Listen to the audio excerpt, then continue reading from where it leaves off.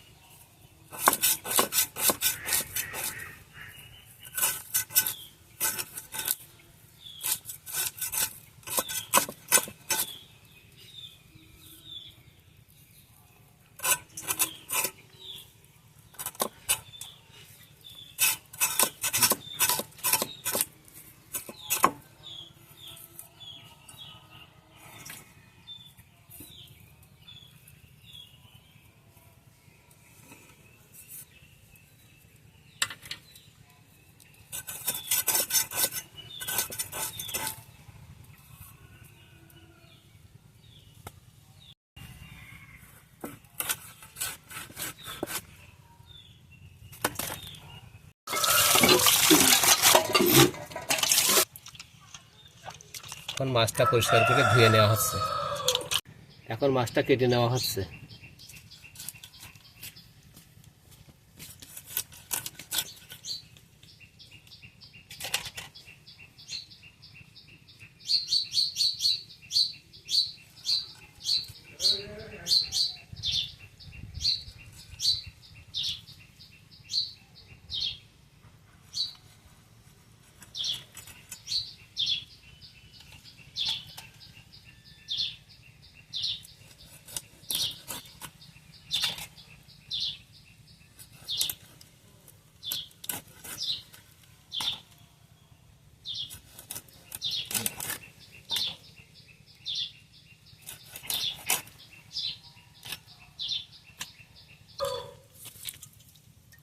এখন মাছটা পরিষ্কার করে ধুয়ে নেওয়া হচ্ছে।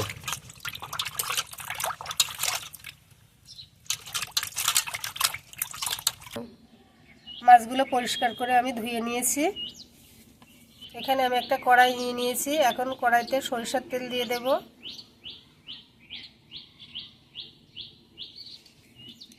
এখানে আমি তেজপাতা দিয়ে দিচ্ছি, এলাচ আর ডালচিনি,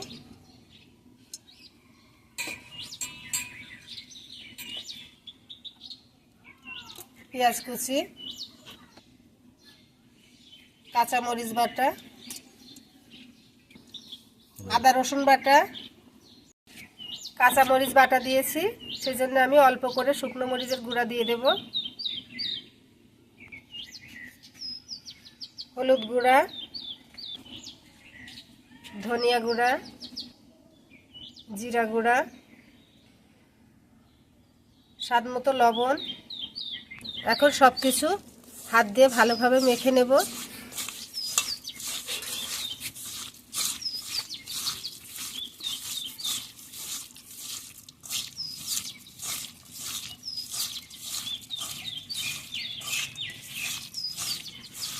এখন ধুয়ে রাখা শোল মাছগুলো দিয়ে দিচ্ছি।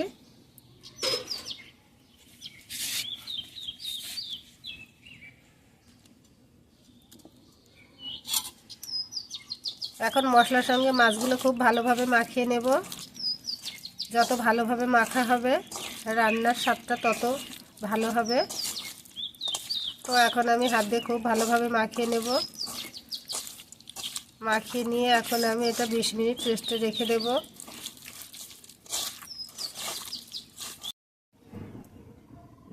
20 মিনিট রেস্টে রাখার পর আমি ফিরে এলাম।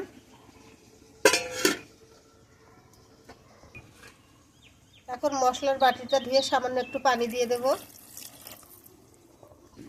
এখন কড়াইটা চুলোয় বসিয়ে দিচ্ছি।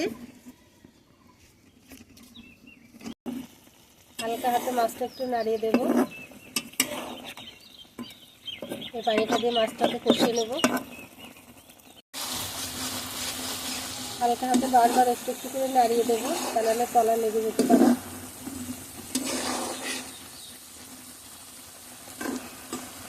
মাছটা ভালোভাবে কষিয়ে নিয়েছি।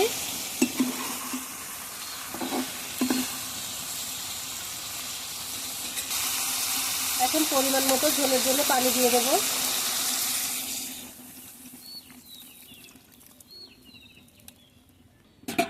এখন ঢাকা দিয়ে রান্না করে নেব।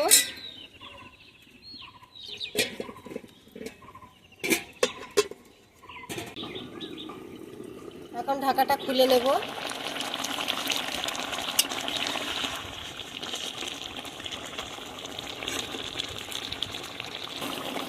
এখন উপর থেকে সামান্য ধনিয়া পাতা কুচি দিয়ে দেব।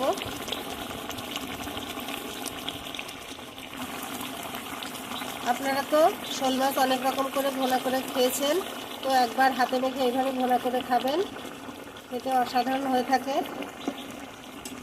রান্নাটা আমার হয়ে গেছে, এখন নামিয়ে নেব। এখন রান্নাটা আমি পরিবেশন করে দেব।